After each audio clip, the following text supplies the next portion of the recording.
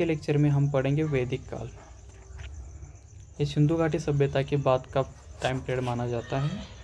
और last lecture में हमने देखा था सिंधु घाटी सभ्यता के सारे साइड देखे थे और उनके साइड में क्या क्या मिला था वो सब देखा था। आज के लेक्चर में हम देखेंगे वैदिक काल। वैदिक काल का जो टाइम पीरियड है वो 1500 BCE से लेके 600 BCE तक था।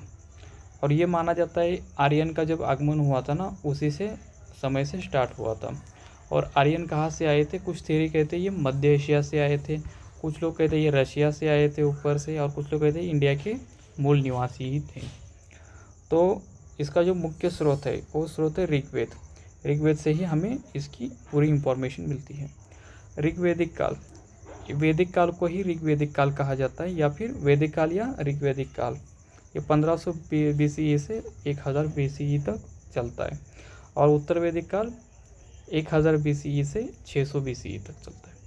इसमें कुछ चीज़ें इसमें चल रही थी ना, उसी का प्रतिरूप उत्तर वैदिक काल में हुआ था, लेकिन कुछ चीज़ें चेंज हो गई, बहुत सारी चीज़ें चेंज हो गई थी। इसमें प्रमुख वेद देखते ऋग्वेद। ऋग्वेद में समाज की जो रचना है उसके बारे में बताया गया है, जैसे ब्राह्मण, क्षत्रिय, वैश्य और शूद्र, इन 4 वर्णों के बारे में समझाया गया है। और ये सब कर्म के आधार पे थे। वैदिक काल में एक बात याद रखना है कि जो भी वर्ण थे वो कर्म के आधार पर थे।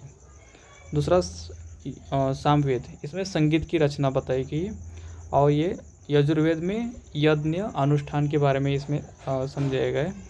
अथर्ववेद में औषधि, जादू, यानी यहाँ पे जो आयुर्वेद है उसी के बारे में इंफॉर्मेशन मिलती है हमें। हम देखते हैं ये जो क्षेत्र था ना ऋग्वेद का, वो कहा था तो सप्त सिंधु, यानी पंजाब का जो क्षेत्र है वहाँ पे इसके अवशेष मिलते हैं, हमें साक्ष्य मिलते हैं। बाकी समाज की जो रचना है हमने देखा कि 4 वर्णों में विभाजित था, ब्राह्मण, क्षत्रिय, वैश्य और शूद्र।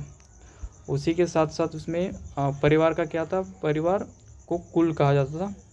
इसके जो प्रमुख थे वो पिता थे, यानी ये पितृसत्तात्मक थी। महिलाओं की स्थिति बहुत अच्छी थी, शिक्षा का अधिकार था, महिलाओं को समान शिक्षा का अधिकार था, स्थिति बहुत अच्छी थी।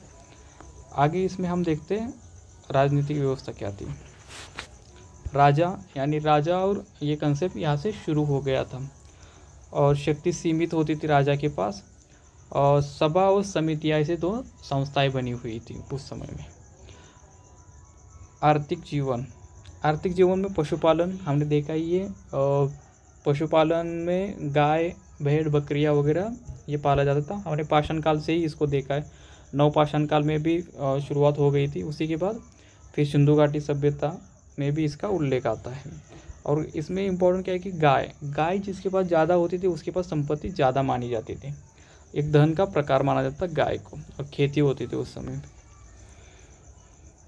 धार्मिक जीवन, ये बहुत इम्पोर्टेंट है। इसमें क्या था? प्रकृति पूजा करते थे वो लोग, यानी मूर्ति पूजा का कंसेप्ट नहीं था। यहाँ पे साफ साफ लिखा हुआ है कि कोई भी मंदिर और मूर्ति का कोई भी साक्ष्य नहीं मिला है, यानी प्रकृति पूजा करते थे।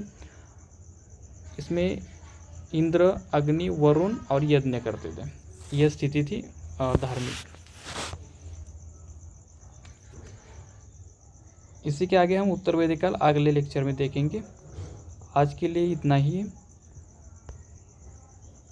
वैदिक काल में एक बात याद रखो, जो वर्ण थे वो जन्म के आधार पर थे, मतलब कर्म के आधार पे थे। जन्म के आधार पे उत्तर वैदिक काल से स्टार्ट हुआ था ये कंसेप्ट। ओके, आज के लिए इतना ही। Thank you so much.